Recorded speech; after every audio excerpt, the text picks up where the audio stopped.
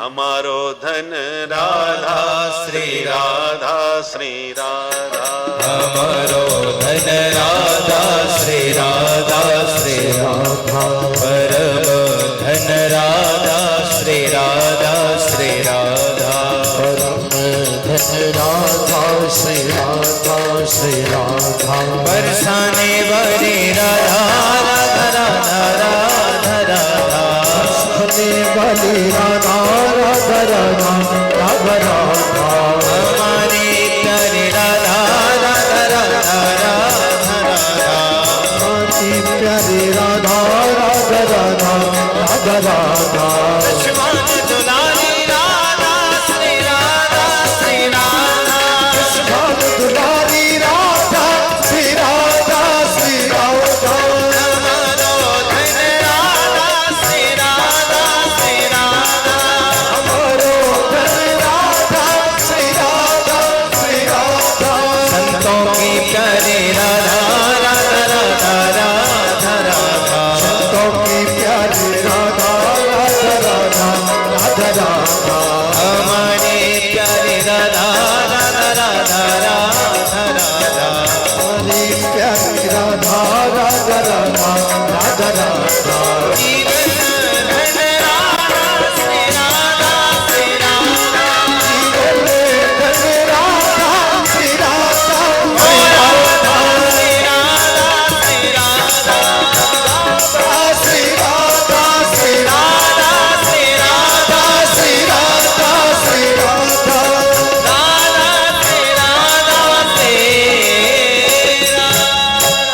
बोल राधा रानी की जय, बरसाने वारी की जय जय जय श्री राधे। बहुधा तव वाक्येन दुःख शान्तिर्भविष्यति, यदा भाग्यं भवेद् भूरि भवतो दर्शनं तदा। भक्ति माँ नारद जी के समझाने पर गदगद होके बोली, महाराज मुझे आपके वचनों से बड़ी शांति मिल रही है। मैं तो कहती हूं कि मेरे न जाने कौन सी जन्म के भाग्योदय हो गए जो आप जैसे संत के दर्शन मिल गए। यदा भाग्यम भवेद भूरि भवतो दर्शनम तदा।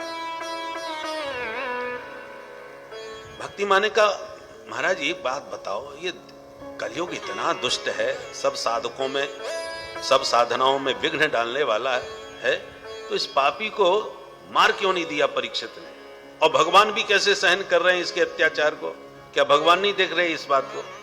भगवान नहीं जानते क्या? तो फिर भगवान सहन कैसे कर रहे हैं? इसको दंड क्यों नहीं देते? नारद जी बोले, देवी कलयुग बुरा तो है, परंतु अस्ति एको महान गुण। इसमें एक विशेषता ऐसी है जिसके कारण परीक्षित ने भी इसको क्षमा किया और भगवान भी सब सहन कर लेते हैं। क्या विशेषता है? यत् फलम नास्ति तपसा न योगेन समाधिना तत्फलम लभते सम्यक् कलौ केशव कीर्तना। अन्य युगों में जो कठोर तपस्या करके यज्ञ करके ध्यान लगा के जो गति प्राप्त होती है, वो कलयुग में केवल हरि नाम संकीर्तन से प्राप्त हो जाती है। ये कलयुग की विशेषता है। कलयुग केवल हरि गुण गाहा, कलयुग केवल हरि गुण गाहा, कलयुग केवल हरि गुण गाहा, कलयुग केवल हरि गुण गाहा, गावहि नर पावहि भव थाहा, गावहि नर पावहि भव थाहा, गावहि नर पावहि भव थाहा, गावहि नर पावहि भव थाहा, कलयुग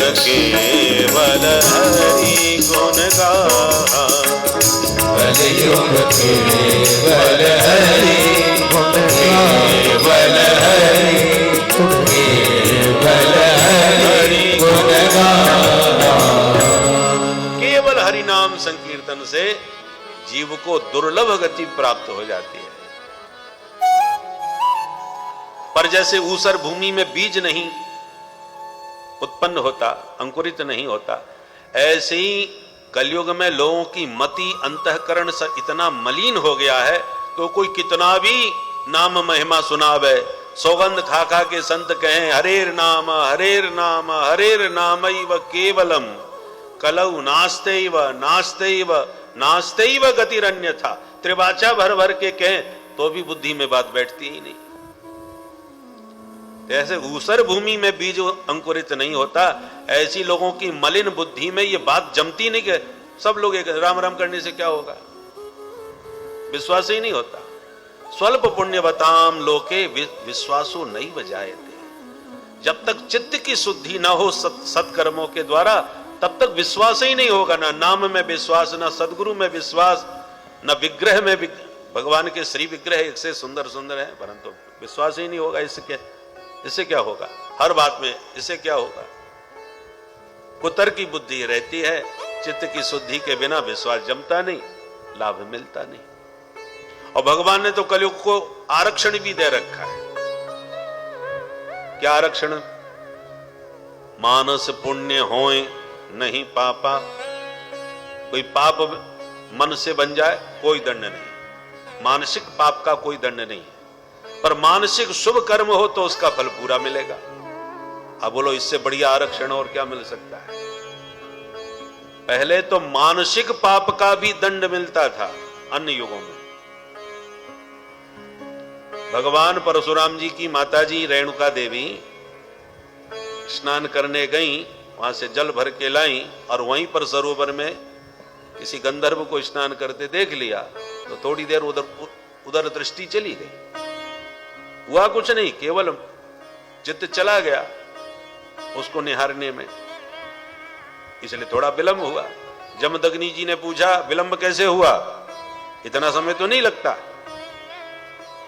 तो बेचारी घबरा गई, बताया कुछ भी नहीं। महात्मा तो तुरंत ध्यान लगा करके देखे कुछ गड़बड़ तो है, घबराई हुई लग रही है, बस मानसिक पाप जान गए। हुआ कुछ नहीं, मन से थोड़ा सा पाप मन में आ गया, पर पुरुष की दृष्टि के ऊपर दृष्टि चली कैसे गई, तुम्हारा चित्त उधर चंचल हुआ कैसे। बस महात्मा जमदग्नि कुपित हो गए, तुमने मानसिक पाप किया है। परशुराम जी जब आए तो बोले बेटा परशुराम, पहले तो अपने उनके और भी बच्चे थे, उनसे कहा बच्चों तुम्हारी माँ ने आज पाप किया है, मेरी आज्ञा है इसकी गर्दन उड़ा दो।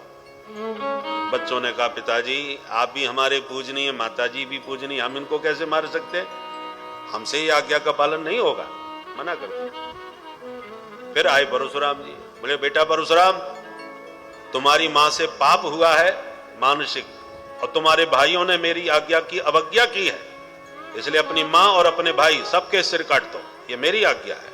बोले जो पिताजी की आज्ञा। उठाया भरसा, भाइयों का और माताजी का सबका सिर काट के रख दिया।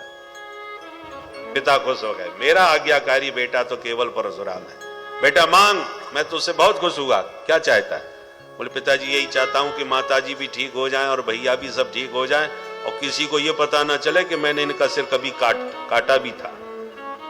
तथास्तु, तुरंत सबको ठीक कर दिया, सबको जिंदा कर दिया। तो परशुराम जी अपने पिता की ये प्रतिभा और शक्ति से परिचित थे, इसलिए इस आज्ञा का पालन किया, नहीं तो ऐसी आज्ञा का पालन न करना भाई। बोलो राधे राधे। तो सब ठीक कर दिया। तो कहने का तात्पर्य कि मानसिक पाप का भी दंड था, पर कलयुग में तो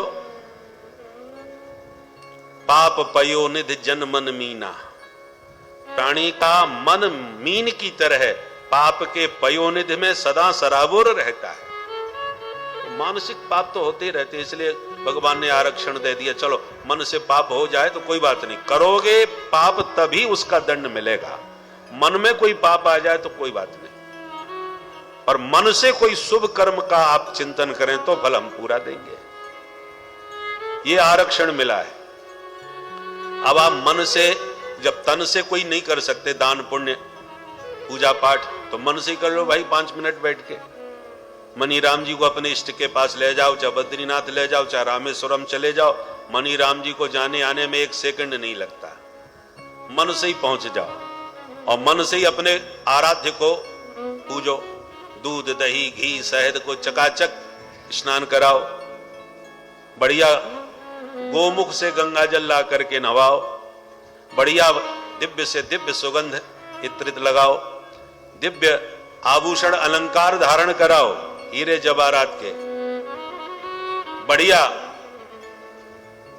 वस्त्र धारण कराओ, प्योर सिल्क उड़ीसा की पहनाओ, प्रतिदिन पहनाओ। नहीं हद लगे ना फिटकरी, रंग चोखा ही आवे। 1 रुपया धेला खर्च नहीं, शरीर को इधर से उधर ले जाना नहीं, करना धरना कुछ नहीं, पूरा पूरा पुण्य मिलेगा। ये केवल कलयुग का ही चमत्कार है। इसी आरक्षण पर तो कलयुग प्रभावशाली है। भागवत में लिखा है कि सतयुग द्वापर त्रेता के प्राणी भगवान से प्रार्थना करते हैं ना, क्योंकि हमें हड्डियां गलानी पड़ती हैं तब जाकर के परमात्मा की कृपा होती है अन्य युगों में, परंतु कलयुग में तो कुछ नहीं करना। कृतादिषु प्रजा राजन कलौ इक्षन्ति संभवम कलौ खलु भविष्यन्ति नारायण परायण। जितने भगवान के दिव्य आचार्यों का अवतरण कलयुग में हुआ है उतना किसी युग में नहीं हुआ। गिने चुने भगत हुए हैं अन्य युगों में, और कलयुग में तो महाराज आचार्यों की भीड़। भगवान शंकराचार्य हैं, जगत गुरु श्री रामानुजाचार्य, श्री रामानंदाचार्य, श्री निम्बारकाचार्य, कितने आचार्य आए। और भक्तों की भी भीड़, मीराबाई जी, तुलसीदास जी, सूरदास जी, कबीरदास जी, इतने महापुरुष हुए। तो कलयुग में भक्त भी बहुत हुए हैं, आचार्य एक से एक महापुरुष हुए हैं। तो ऐसी बात नहीं इसमें बुराइयां ही बुराई हैं, कुछ अच्छाइयां भी हैं। भगवान शंकराचार्य जी तो मानसिक पूजा में कहते हैं कि हे भोलेनाथ, मैं आपके लिए दिव्याति दिव्य देवालय बना सकूं ये मेरी सामर्थ्य नहीं, सन्यासी हूं, इसलिए मैंने इस देह को ही आपका देवालय मान लिया है। उस देह के देवालय में आत्मा के रूप में मैंने आपको प्रतिष्ठित कर लिया है, और मेरी जो मति है, बुद्धि, यही आपकी भगवती माता पार्वती जी के रूप में विराजमान है। और जो श्रृंगी भृंगी नंदी आपके जो गण हैं पंचायत, वो मेरे पंच प्राण हैं जो आत्मा के साथ आपके बीच विराजमान है। अब मैं आपकी पूजा कैसे करता हूं? तो दिन भर में जो खाता पीता हूं यही आप पूजन की सामग्री है जो इस देवालय में चढ़ाता ही रहता हूं, और जो दिन भर में घूमता फिरता हूं यही आपकी परिक्रमा लगाता हूं, और जो भी मैं बोलता हूं यही सब की स्तुति पाठ हैं, आपके स्तोत्र पाठ। जो भी मैं बोलूं दिन भर में आपकी स्तुति है। और तान दुपट्टा जब सो जाता हूं यही आपकी समाधि लगा लेता हूं।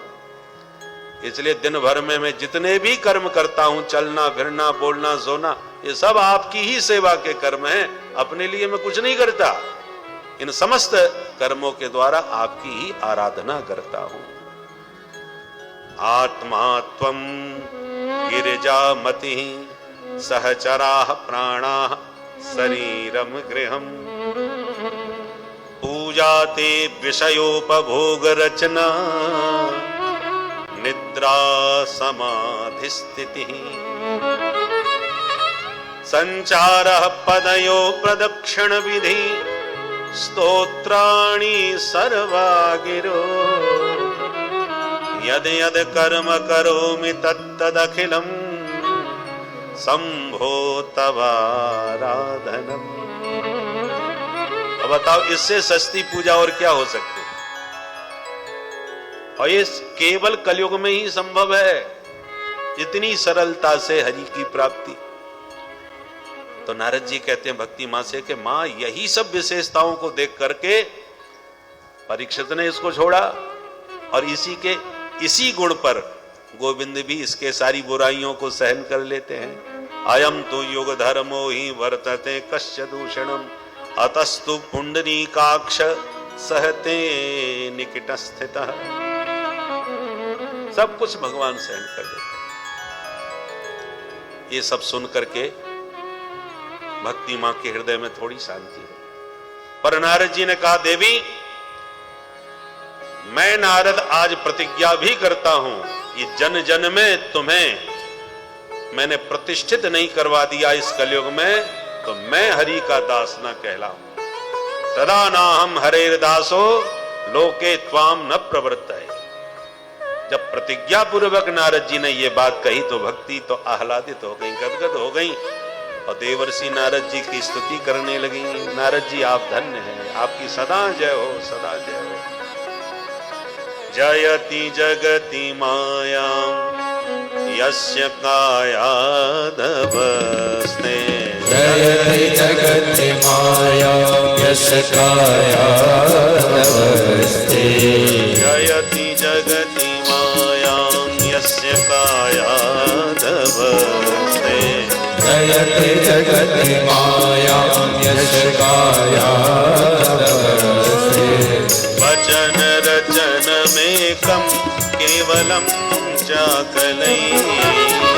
वचन रचन में कम केवलम चाकलैया। ध्रुव पदमपि यातो यत्कृपातो ध्रुवोऽयम्। ध्रुव पदमपि यातो यत्कृपातो ध्रुवोऽयम्। ध्रुव पदमपि यातो यत्कृपातो ध्रुवोऽयम्। ध्रुव पदमपि यातो यत्कृपातो ध्रुवोऽयम्। कुशल पात्रं ब्रह्मपुत्रं नतास्मि। सकल कुशल पात्रं ब्रह्मपुत्रं नतास्मि। ब्रह्मपुत्रं नतास्मि। ब्रह्मपुत्रं नतास्मि।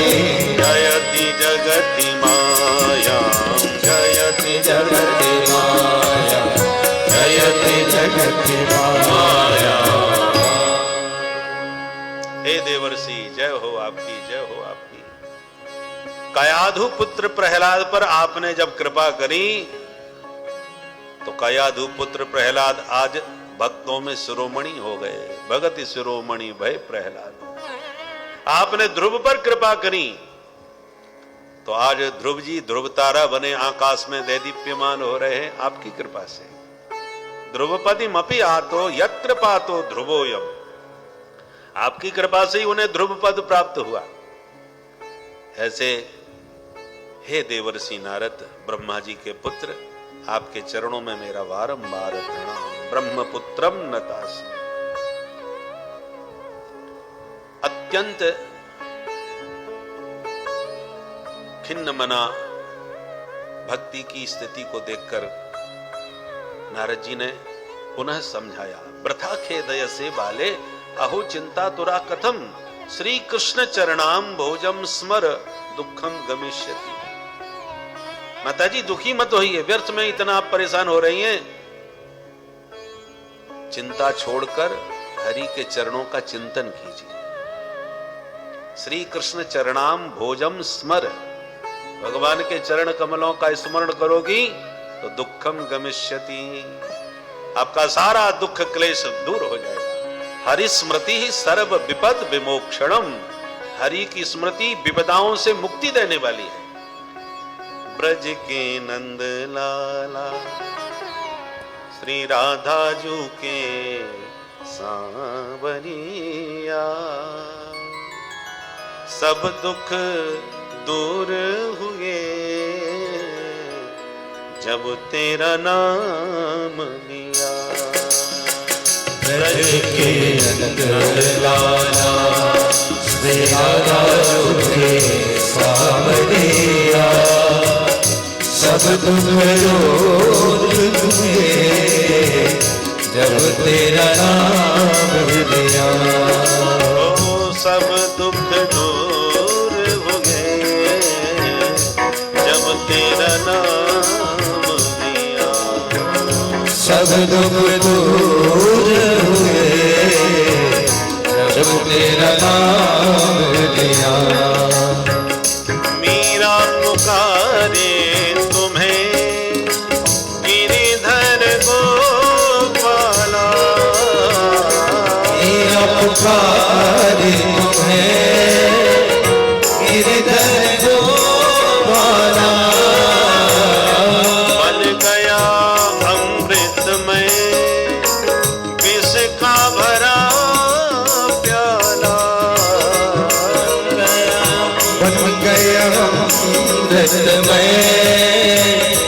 इसका भरा प्याला, इसका भरा प्याला कौन मिटाए उसे, जिसे तूने राख लिया। सब दुख दूर हुए जब तेरा नाम लिया। ब्रज के नंद लाला श्री राधा तुझे सावरिया, सब दुख दूर हुए जब तेरा नाम लिया। राधे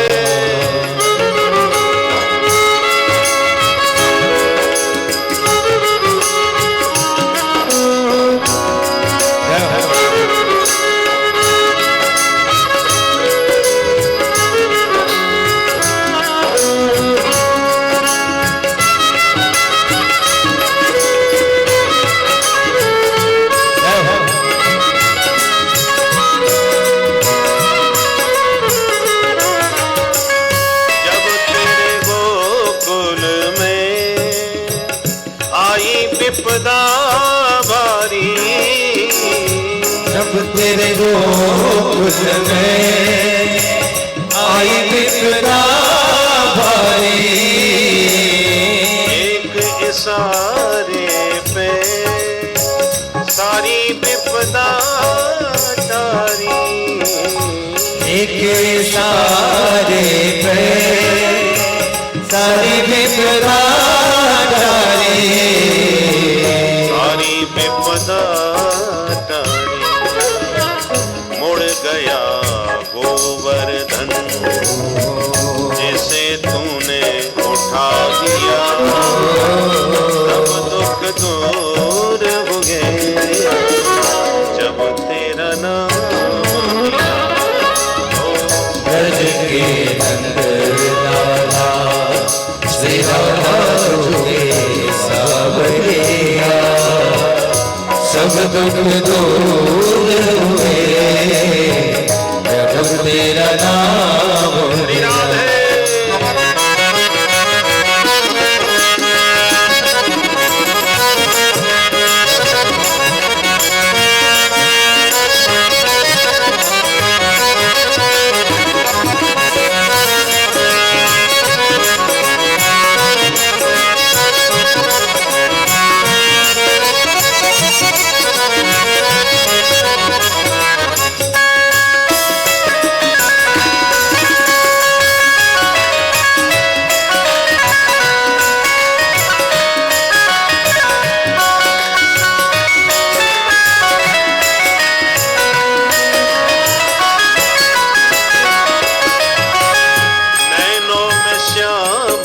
बसे मन में बनवारी, नैनों में श्याम बसे मन में बनवारी।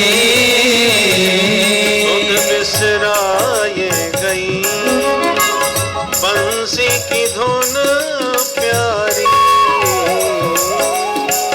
सुध बिसराए गई बंसी की धुन प्यारी, मुरली की धुन प्यारी। मेरे मन मंदिर में रास रचाओ रसिया।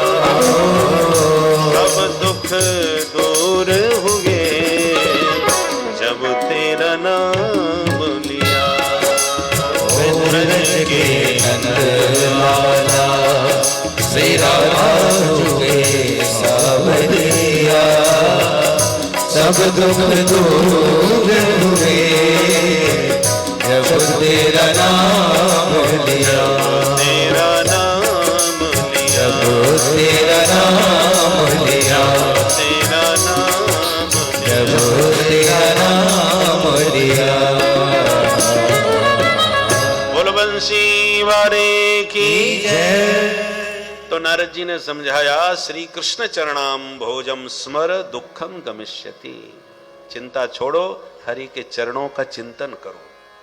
भृत्यार्ति हम प्रणत पाल भवाब्धिपोतम। प्रभु के पादारविंद भक्ति की सारी पीड़ा का हरण करने वाले हैं। जिन भगवान ने कौरवों की सभा से द्रौपदी की रक्षा करी थी वो कहीं गए नहीं है, आज भी हैं। सकृष्ण क्वापि नो गतः, वो कहीं नहीं गए, तुम्हारी भी रक्षा करेंगे देवी। धैर्य धारण को समझाया और ज्ञान वैराग्य को जगाने में प्रयास किया। ज्ञानम प्रबुद्धताम शीघ्रम, रे वैराग्य प्रबुद्धताम, दोनों को खूब हिलाते हैं डुलाते हैं, कान में चिल्लाते हैं, और कोई लाभ नहीं, तनिक भी चेतना नहीं है। तब नारद जी समझ गए बहुत ज्यादा ही मामला सीरियस है, बिना दवा औषधि के ये ठीक नहीं होंगे। तो कौन सी दवा पिलाई जाए? तो वेद वेदांत घोषश्च गीता पाठेर मुहुर्मुहु, ज्ञान वैराग्य को जगाने की यही दवा है। वेद सुनाए, उपनिषदें सुनाई, गीता पाठ तो कई बार सुनाया, बारंबार। जब इतना सब सुना तो थोड़ी सी चेतना आई, आंख दोनों की खुली, चारों तरफ देखने लगे, और थोड़ी देर बाद फिर बेहोशी में धीरे धीरे आंख बंद हो गई। अब नारद जी सिर पकड़ के बैठ गए। इतना हैवी डोज दिया तब भी पूरा फायदा नहीं हुआ, तो इससे ज्यादा कीमती बढ़िया दवा तो हमारे पास कोई है ही नहीं। अब मैं इनको कैसे स्वस्थ करूं, चिंता में पड़ गए। तो व्योम वाणी तदैवा भून मारे से खिद्यतामिति, आकाशवाणी हो गई। नारद जी आप परेशान मत होइए, उद्यमः सफलस्तेयं भविष्यति न संशय, तुम्हारा पुरुषार्थ, तुम्हारा प्रयास निश्चित रूप से सफल होगा, इसमें कोई संशय नहीं। नारद जी बोले पर सफलता तो हमें दिख नहीं रही, मुझे क्या करना चाहिए आप बताओ? आकाशवाणी ने कहा एतदर्थम तो सत्कर्म सुरर से त्वं समाचर, हे देवर्षि इनको स्वस्थ करने के लिए तुम्हें सत्कर्म करना चाहिए। नारद जी ने कहा वाह, तो इतनी देर से हम कर क्या रहे थे? वेद वेदांत गीता ये सब सुनाया, ये सत्कर्म नहीं है क्या? कौन सा सत्कर्म करूं आप बताओ? आकाशवाणी ने कहा संतों से पूछो, संत बताएंगे। अब नारद जी चिंता में पड़ गए कि देखो आकाशवाणी ने भी कैसी गोलमाल बात करी, न तो संत का नाम बताया और ना ही सत्कर्म का नाम बताया। अरे भाई सत्कर्म बता देते, फलाना काम करो तो हम करने लग जाते, अथवा संत के किसी संत का नाम दिया था कि डोल आश्रम में चले जाओ, महाराज जी से पूछे आओ, तो हम सीधे उसी जगह जाकर के पूछते। पर कोई संत बताएगा, नाम किसी का नहीं, स्थान किसी का नहीं, तो मैं कहां ढूंढूं? चलो अब निर्देश मिल गया है तो चलो कहीं ना कहीं कोई ना कोई तो मिल ही जाएगा। निकलते वृंदावन से चल पड़े नारद जी, यह जानकारी पाने के लिए कि सत्कर्म क्या चीज है। और चूंकि आकाशवाणी ने कहा संत बताएंगे तो संतों से पूछते, जो संत मिले उन्हीं के पास जाके प्रश्न किया, महाराज जी कृपा करके बताओ सत्कर्म किसे कहते हैं? अब नारद जी अपने आप में इतने प्रसिद्ध महात्मा हैं कि कोई भी उनको प्रत्युत्तर देने की हिम्मत नहीं करता। जिससे पूछते हैं वही महात्मा हाथ जोड़ लेते, अरे नारद जी क्यों हमारा उपहास उड़ा रहे हो? ब्रह्मा के बेटा हो, ब्रह्मांड में घूमते हो, हमसे पूछ रहे हो हम तुम्हें सत्कर्म बताएंगे? नारद जी बड़े परेशान। जिनकी बहुत ख्याति थी उनके पास गए, महाराज तो आप तो बड़े भारी विद्वान संतों में, आप बताइए सत्कर्म किसे कहते हैं? वो बेचारे अपनी इज्जत बचाने के लिए इशारा करने लगे, आजकल हमारा मौन व्रत चल रहा है, मौन खुलेगा तब बता देंगे। और किसी को पता चला कि नारद जी कुछ प्रश्न लेके आ रहे हैं तो मना करवा दिया कि कहते महाराज जी चले गए। मूकी भूतास तथान्येतु कियंतस्तु पलायता, बहुतों ने मौन धारण कर लिया, बहुत से लोग पलायन कर गए। इस प्रश्न का कोई प्रश्न लेके नारद जी आ रहे हैं ये जान करके पलायन कर गए। नारद जी ने कहा अब हम किसी से नहीं पूछेंगे, किसी के पास नहीं जाएंगे, कहीं कोई जवाब मिल ही नहीं रहा, इसलिए चलते हैं सीधे बद्रीनाथ। और बद्री विशाल में भगवान नर नारायण नित्य निवास करते हैं, वहीं हमारा समाधान संभव है। ऐसा सोच के मैं बद्रीनाथ में आया था सरकार, तो भगवान नर नारायण के तो दर्शन मिल नहीं पाए, तब तक आप चारों विभूति मिल गए हमको। अब आपने हमारा जो चिंता का कारण जो आपने हमसे पूछा वो हमने अपनी पूरी राम कहानी आपको सुना दी। अब हमारा वही प्रश्न आपसे चारों भाइयों से है, आप ही बता दीजिए महाराज सत्कर्म किसे कहते हैं? क्योंकि आप भी कोई साधारण संत नहीं है। येषाम भ्रूभंग मात्रेण द्वारपालौ हरेपुरा। आपने वैकुंठ जाते समय भगवत पार्षदों ने आपको रोकने की कोशिश करी तो आपने वक्र भ्रकुटी करके क्रोध करके वो भगवान के नित्य पार्षद जय विजय को 3 जन्म के लिए राक्षस बना के धरती पर पटक दिया। तो जो वैकुंठ से भगवान के पार्षदों को पटक दे वो साधारण कोई महात्मा थोड़ी होंगे। और सबसे बड़ा चमत्कार तो आपके जीवन में यह है कि आप पूर्वजों के भी पूर्वज बन गए, पर 5 साल से आज तक 6 साल के नहीं हुए। पंचहायन संयुक्ता पूर्वे सामपि पूर्वज। ब्रह्मा के प्रथम पुत्रों में सनकादिक हैं, सबके पूर्वज, परंतु 5 साल से कभी 6 साल के नहीं होते। क्यों नहीं हुए? बोले पिताजी ने कहा बेटा बड़े होके जल्दी से विवाह करो ताकि सृष्टि का विस्तार हो। चारों ने हाथ जोड़ लिए, पिताजी हम विवाह के चक्कर में नहीं पड़ेंगे। बेटा विवाह तो करना पड़ेगा, तुम बड़े बेटा हो, विवाह करोगे तभी तो सृष्टि का विस्तार होगा। तो ठीक है बड़े होंगे तब कर लेंगे, हम 5 साल से कभी 6 साल के ही नहीं होंगे। 5 साल के बच्चे बन के रह गए। तो पंचहायन संयुक्ता 5 साल के रहे, इसलिए इनको कुमार, 5 वर्ष की अवस्था के बालक को कुमार कहते हैं। इसलिए सनकादिक कुमारों के नाम से जाने जाते हैं, चारों कुमार, सनत कुमार। तो और सबसे बड़ी बात ये चमत्कार हुआ कैसे?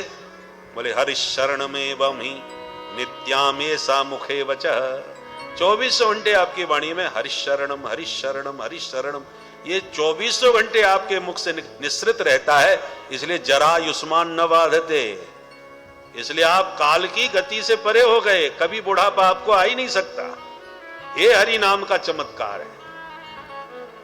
तो ऐसे चमत्कारी आप सिद्ध महापुरुष हैं, इसलिए कृपा करके आप ही बता दो आज कि ये सत्कर्म क्या चीज है। सनकादिक बोले राम राम राम, इतनी मामूली सी बात पर परेशान होते, भटकते फिर रहे हो। मां चिंताम कुरु देवर से हर्षम चित्ते समावह। बिल्कुल चिंता त्याग दो, प्रसन्न हो जाओ, क्योंकि जिस उपाय को तुम खोज रहे हो वर्तते पूर्व एवं, हमारे पास बहुत पहले से समाधान है इसका। क्या है महाराज बताओ तो सही हमें। बोले वो कोई सत्कर्म और कुछ नहीं है, श्रीमद् भागवतालाप सतुगीत शुकाद भी। श्रीमद् भागवत महापुराण जो परमहंस परिव्राजकाचार्य भगवान व्यासनंदन सुखदेव जी की वाणी का मधुर गीत है। सतुगीत शुकाद भी, सुखदेव जी जैसे सिद्ध परमहंसों का यह गीत है श्रीमद् भागवत। बस इसको सुना दीजिए, देखो फिर ज्ञान वैराग कैसे ताता थैया करके मैया के साथ नाचेंगे। नारद जी बोले क्षमा करें महाराज, आपकी बात हमारे तो गले नहीं उतरी। क्यों भाई? अब नारद जी ने अपना तर्क दिया। देखो भाई, हम लोग बीमार हो जाएं, डॉक्टर के पास जाएं, जो दवा मिलेगी हम उसको बड़े प्रेम से पालेंगे, क्योंकि हम दवा के बारे में कुछ जानते ही नहीं। तो तुम जो दोगे हमारे लिए वही ठीक है। परंतु डॉक्टर यदि बीमार हो जाए और दूसरा डॉक्टर उसका इलाज करे तो वो मीन मेख जरूर निकालेगा कि देखो भाई ये ज्यादा हैवी डोज नहीं हो जाएगा, इसकी ये दवा कैसी ठीक रहेगी। तो जो जानकार होता है वही तर्क करता है, जिसको कुछ मालूम नहीं वो क्या तर्क करेगा। तो नारद जी जानकार हैं, अनपढ़ महात्मा तो है नहीं, बहुत पढ़े लिखे हैं। इसलिए सनकादिकों से कहा देखिए महाराज, हम आपको पहले ही बता चुके हैं कि मैं स्वयं उनको चारों वेद सुना के आ रहा हूं, उपनिषद और गीता भी मैंने सुना दी, पूरा प्रस्थान त्रयी का उपदेश दे करके आया हूं। और उससे जब कुछ नहीं हुआ तो इस श्रीमद् भागवत में ऐसा क्या है जिसके कारण आप इतना आत्मविश्वास से दावा कर रहे हैं कि उससे सब ठीक हो जाएगा। महाराज भागवत तो मैंने अपने पूज्य पिता ब्रह्मा जी से पढ़ी है और मैंने ही व्यास जी को प्रेरित करके इसका विस्तार भी करवाया, तो मैं तो जानता हूं भागवत में क्या है। उसका शुभारंभ ही ब्रह्म सूत्र से हुआ है, जन्माद्यस्य यतः, ये ब्रह्म सूत्र का द्वितीय सूत्र है। और इस सूत्र से शुभारंभ करके व्यास जी ने यही संकेत दिया है कि मैं वेदों का भाष्य करने जा रहा हूं। श्रीमद् भागवत वेदों का भाष्य है।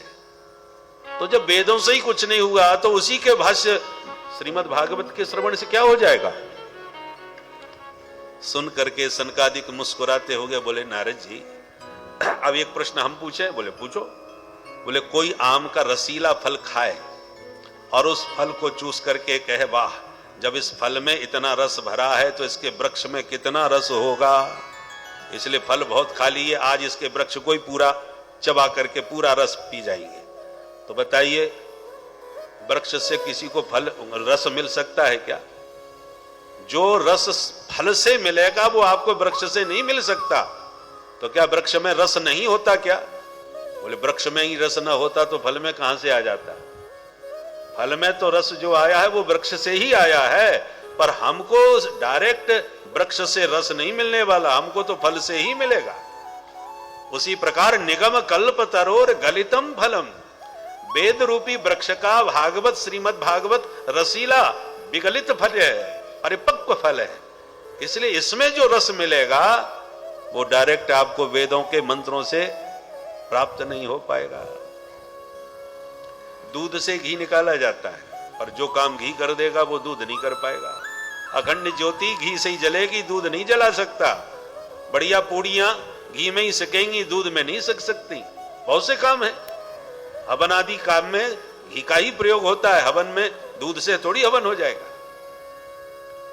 ऐसे अनेकों तर्कों के माध्यम से सनकादिकों ने समझाया, तब नारद जी की बुद्धि को संतुष्टि मिली और हाथ जोड़ के नारद जी बोले महाराज आपने मेरा सारा संशय भ्रम दूर कर दिया और एक बात आज हमने अच्छी तरह समझ ली। क्या? बोले जब कोई कितना भी धर्मशास्त्र पढ़ ले पर आप जैसे सिद्ध संतों का सत्संग जब तक नहीं सुनेगा तब तक शास्त्र की भाषा समझ में आने वाली नहीं। वेद पुराण उदधि घन साधु, वेद शास्त्र तो उदधि हैं, महोदधि समुद्र। अब समुद्र में पानी तो भंडार भरा है, और कोई प्यासा ये चाहे कि मैं समुद्र से जाके प्यास बुझा लूं, संभव नहीं। समुद्र में जाके पानी पीना तो दूर रहा, आचमन करना मुश्किल हो जाएगा। पर उसी पानी को समुद्र के जब मेघ मंडल लेकर के आकाश में यत्र तत्र जाते हैं और रिमझिम करके बरसाते हैं, तो वही समुद्र का जल बादलों के माध्यम से पी करके हम लोग बड़े संतुष्ट हो जाते हैं। शीतल भी होता है, मधुर भी होता है, स्वादिष्ट, सब प्रकार से तृप्ति देने वाला होता है। उसी प्रकार धर्मशास्त्र महासमुद्र हैं और साधु विद्वान मेघमंडल हैं। साधु संत जो भी उपदेश देते हैं धर्मशास्त्र के आधार पर ही देते हैं, पर धर्मशास्त्र डायरेक्ट पढ़ने वालों की बहुतों की बुद्धि खराब हो जाती है। शास्त्र के मर्म को न समझने के कारण बहुत से लोग पढ़ लिख करके ही अपनी बुद्धि खराब कर लेते हैं। किसी संत का सानिध्य मिला नहीं, कभी किसी आचार्य का सानिध्य ग्रहण किया नहीं, तो बस बताओ रामायण में लिखा है ढोल गमार शूद्र पशु नारी, इसलिए रामायण को फाड़ देना चाहिए, जला देना चाहिए, ऐसी मूर्खतापूर्ण बातें करने लगते हैं क्योंकि किसी महापुरुष का सानिध्य नहीं पाया। इसलिए तो समुद्र का पानी खारा ही लगेगा यदि मेघों के माध्यम से नहीं लिया गया तो। इसी प्रकार नारद जी ने इस बात को कहा, पर आप जैसे सिद्ध संतों का सत्संग सहज सुलभ नहीं होता, कब मिलेगा सत्संग? भाग्योदयेन बहुजन्म समर्जितेन सत्संगमं च लभते पुरुषो यदा वै अज्ञान हेतु कृत मोह मदांधकार नाशं विधाय हि तदो दयते विवेक। बहुजन्म समर्जितेन भाग्योदयेन, एक जन्म के भाग्य से नहीं, अनेक जन्मों का सुकृत पुण्य जब फलीभूत होता है तब सत्संगमं लभते, तब किसी दिव्य महापुरुष का सत्संग और सानिध्य सुलभ होता है। और सत्संग से फायदा क्या होता है? उदयते विवेक, जो तुम्हारा सोया हुआ विवेक है वो जागृत हो जाता है, उदित हो जाता है। और जैसे भगवान सूर्य के उदय होने पर सारा अंधकार और रात्रि समाप्त हो जाती है। ऐसे ही जब सत्संग के द्वारा महापुरुषों की वाणी से दिव्य ज्ञान का, विवेक का सूर्य उदय आपका होगा, तो अज्ञान हेतुकृत मोह मदांधकार, ये सब बीमारियां, रात्रि आई, निशा के आते ही अंधकार व्याप्त हो जाता है और निशाचर रात में घूमने लगते हैं। निशा में ही तो निशाचर घूमते हैं। तो मोह निशा सब सो बनिहारा, तो मोह की निशा जो हमारे भीतर व्याप्त है, जिस मोह की निशा ने अज्ञान के अंधकार को घेर रखा है हमारे हृदय में, परंतु जब विवेक का सूर्य उदय होगा तो मोह की निशा मिट जाएगी, अज्ञान का तिमिर भी ध्वस्त हो जाएगा। और देखो, मोह भी दो प्रकार का होता है, छोटा और बड़ा। जैसे रात्रि कृष्ण पक्ष और शुक्ल पक्ष की, कृष्ण पक्ष की रात्रि भयंकर अंधकारमयी होती है, परंतु कम से कम शुक्ल पक्ष की पूर्णिमा में तो कुछ तो प्रकाश होता है। तो मोह निशा शुक्ल पक्ष की और महामोह की निशा अमावस की रात। महामोह तम पुंज, ये क्या है? अमावस की रात। परंतु संतों के वचन क्या है? जासु वचन रवि करनी कर। संतों के वचन रवि रश्मियों के समान हैं। जब संतों के वचनों की किरण कर्ण कोहरों में प्रविष्ट होती है तो जन्म जन्मांतर का जो अज्ञान तिमिर है और जो मोह की निशा है, सब समाप्त हो जाती है। इसी बात को गोस्वामी जी अपने ढंग से कहते हैं, बिनु सत्संग विवेक न होई, बिनु सत्संग विवेक न होई, बिनु सत्संग विवेक न होई, बिनु सत्संग विवेक न होई, राम कृपा बिनु सुलभ न सोई, राम कृपा बिनु सुलभ न सोई, राम कृपा बिनु सुलभ न सोई, राम कृपा बिनु सुलभ न सोई, राम कृपा बिनु सुलभ न सोई, राम कृपा सुलभ न सोई, बिनु सत्संग विवेक, सत्संग संग विवेक, सत्संग विवेक न होई। बिना सत्संग के विवेक नहीं होता और सत्संग बिना हरि की कृपा के सुलभ नहीं होता। भैया, सनकादिकों से नारद जी कहते हैं, अब तो मुझे एक बार आपके श्रीमुख से भागवत सुननी है। भागवत किसे कहते हैं? भगवता प्रोक्तम भागवतम, भगवान ने जिसे अपनी वाणी से निश्रित किया, प्रकट किया, उसका नाम भागवत। ये भगवान की वाणी है और इसलिए जो भी वक्ता बोलता हो, वक्ता कोई भी हो, पर उसकी वाणी से बोलते भगवान ही हैं, इसलिए इसका नाम भागवत है, भगवता प्रोक्तम। अब देखिए, नारद जी ब्रह्मा जी से सारी भागवत सुने हुए हैं और नारद जी ने ही व्यास जी को सुनाई है और नारद जी ने ऐसी कथा सुनाई कि व्यास जी के जम गई और उन्होंने उसका अति विस्तार करके 18,000 श्लोकों में परिणित कर दिया। पर स्वयं भागवत का उपदेश देने वाले नारद जी को खुद नहीं मालूम भागवत की क्या महिमा है, इसलिए कह रहे सनकादिकों से अब आप हमें सुनाइए। क्योंकि जिस समय नारद जी बोल रहे थे उस समय नारद जी बोलते दिख रहे थे, पर बोलने वाले भगवान उनके हृदय से बोल रहे थे। भगवता प्रोक्तम, भगवान ने इसलिए भागवत के अंत में कहा है कि यही कथा भगवान ने ब्रह्मा जी को सुनाई, फिर ब्रह्मा जी के ही हृदय में बैठ करके नारद जी को सुनाई, फिर नारद जी के हृदय में बैठ करके व्यास जी को सुनाई, फिर व्यास जी के हृदय में बैठ करके सुखदेव जी को सुनाई, फिर सुखदेव जी के हृदय में बैठ करके परीक्षित के माध्यम से सूत जी को सुनाई और सूत जी के हृदय में बैठ करके सौनिकादिकों को सुना रहे। तो बोलने वाले भगवान हैं।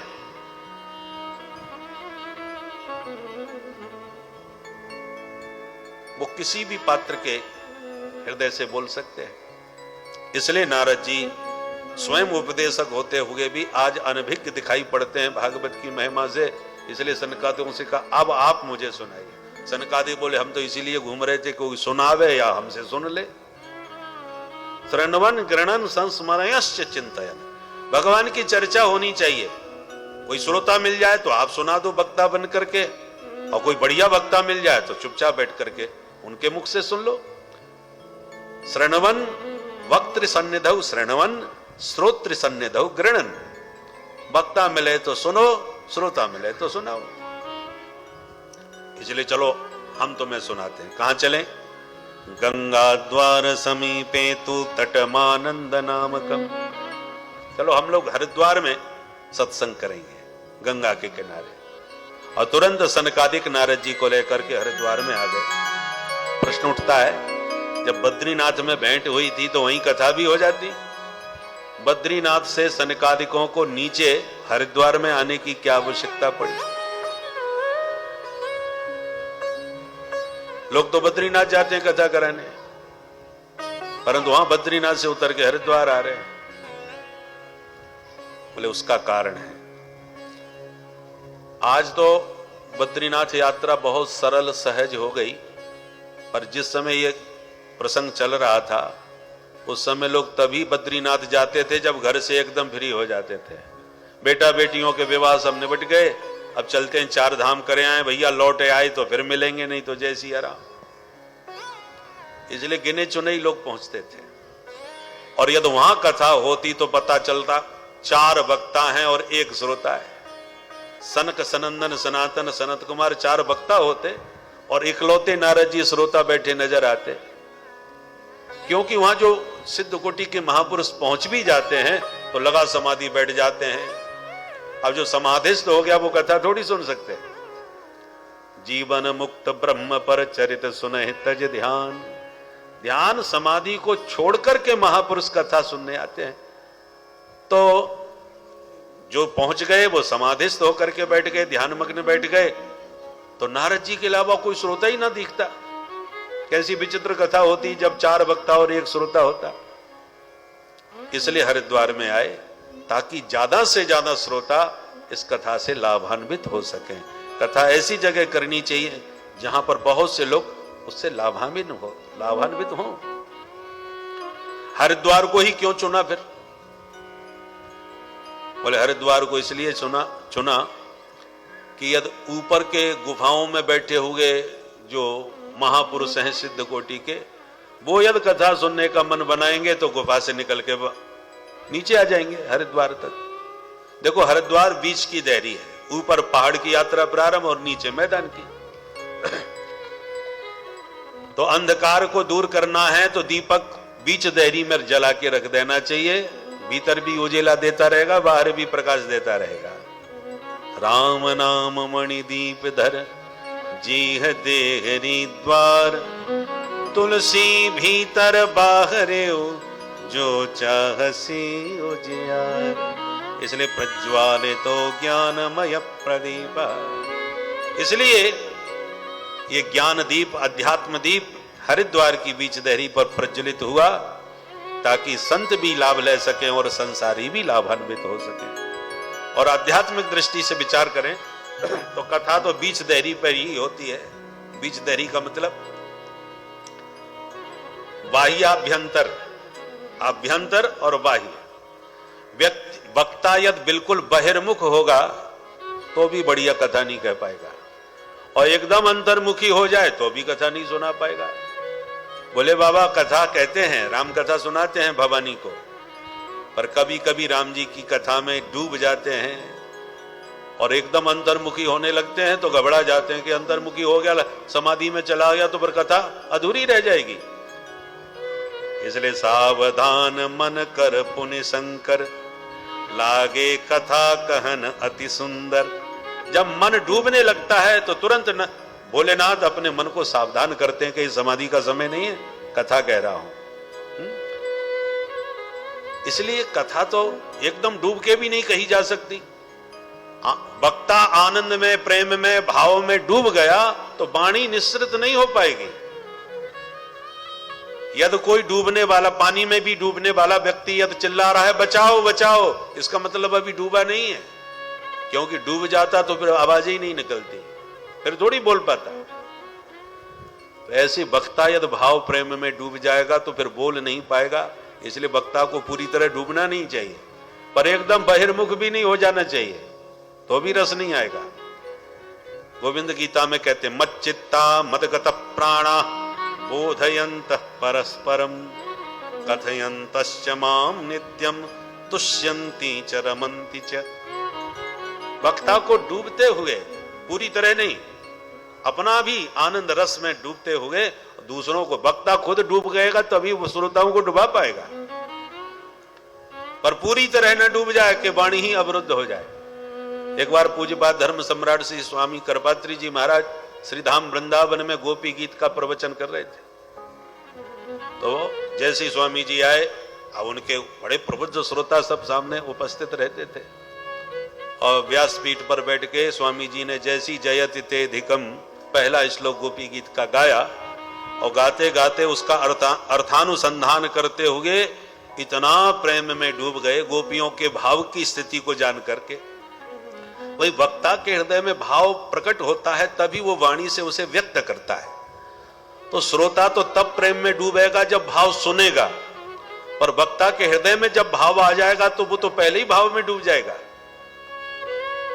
तो जयते ते धिकम गाते गाते उसके अर्थानुसंधान में गोपियों के दिव्य प्रेम का स्मरण करके स्वामी जी इतने डूब गए कि कंठावरोधन हो गया, एक शब्द भी उनसे बोला नहीं गया, केवल पहला ही श्लोक गाते गाते डूब गए। फिर कथा उनसे जब उनसे आवाज ही ना निकले, कंठ इतना रुंध गया कि अंततः गत्वा उनको व्यासपीठ को प्रणाम करके उठ के जाना पड़ा। उस दिन कथा ही नहीं हुई, बोले आज हो गई कथा पूरी, उठ के चले गए, इतना प्रेम उमड़ा।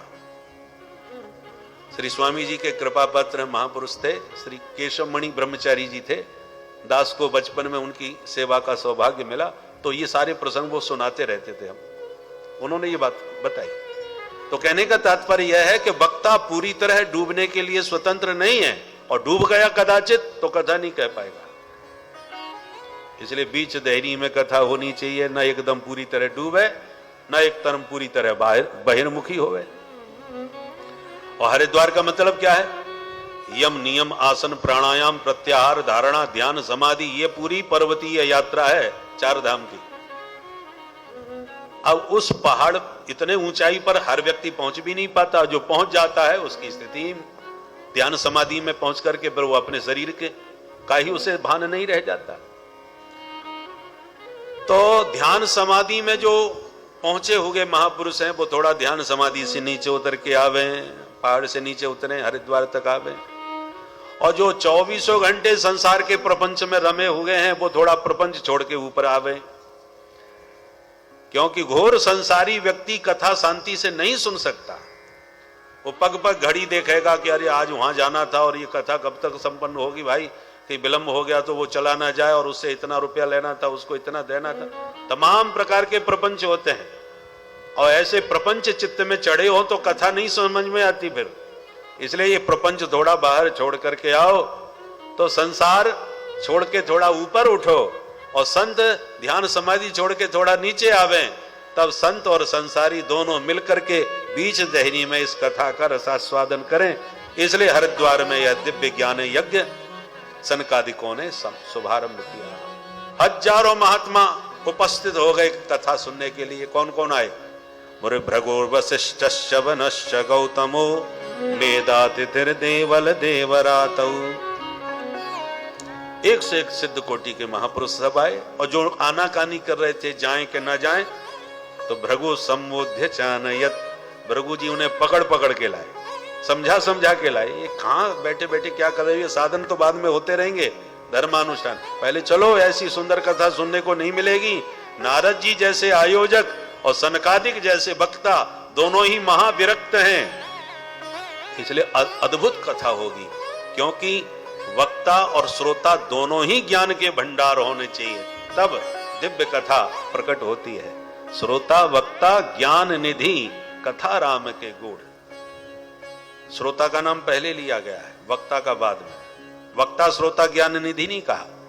श्रोता यदि ज्ञान निधि हो तो वक्ता को तो तैयारी करके आना ही पड़ेगा, और वक्ता कितना भी बढ़िया तैयार हो, विद्वान हो, और श्रोता तदनुकूल उसको पात्र ना मिले तो क्या सुनाएगा, क्या बोलेगा। इसलिए श्रोता प्रबुद्ध होना चाहिए, तो वक्ता अपने आप ही प्रबुद्ध बन करके बैठेगा, नहीं तो वो सुना ही नहीं पाएगा। तो सनकादिक जैसे वक्ता और नारद जी जैसे श्रोता हैं, इसलिए अलौकिक कथा होने वाली है। सब उमड़ पड़े महाराज महात्मा।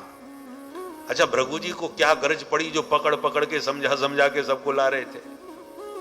बोलो राधे राधे। राधे राधे। देखो भाई, आपने बीमा कंपनी के एजेंट देखे होंगे, इतना समझाते हैं महाराज कि साहब गजब की पॉलिसी है, आप तो बस करवा लीजिए बीमा, फिर योगक्षेमम वहाम्यहम, फिर निश्चिंत हो जाइए, सारी जिम्मेवारी हमारी है।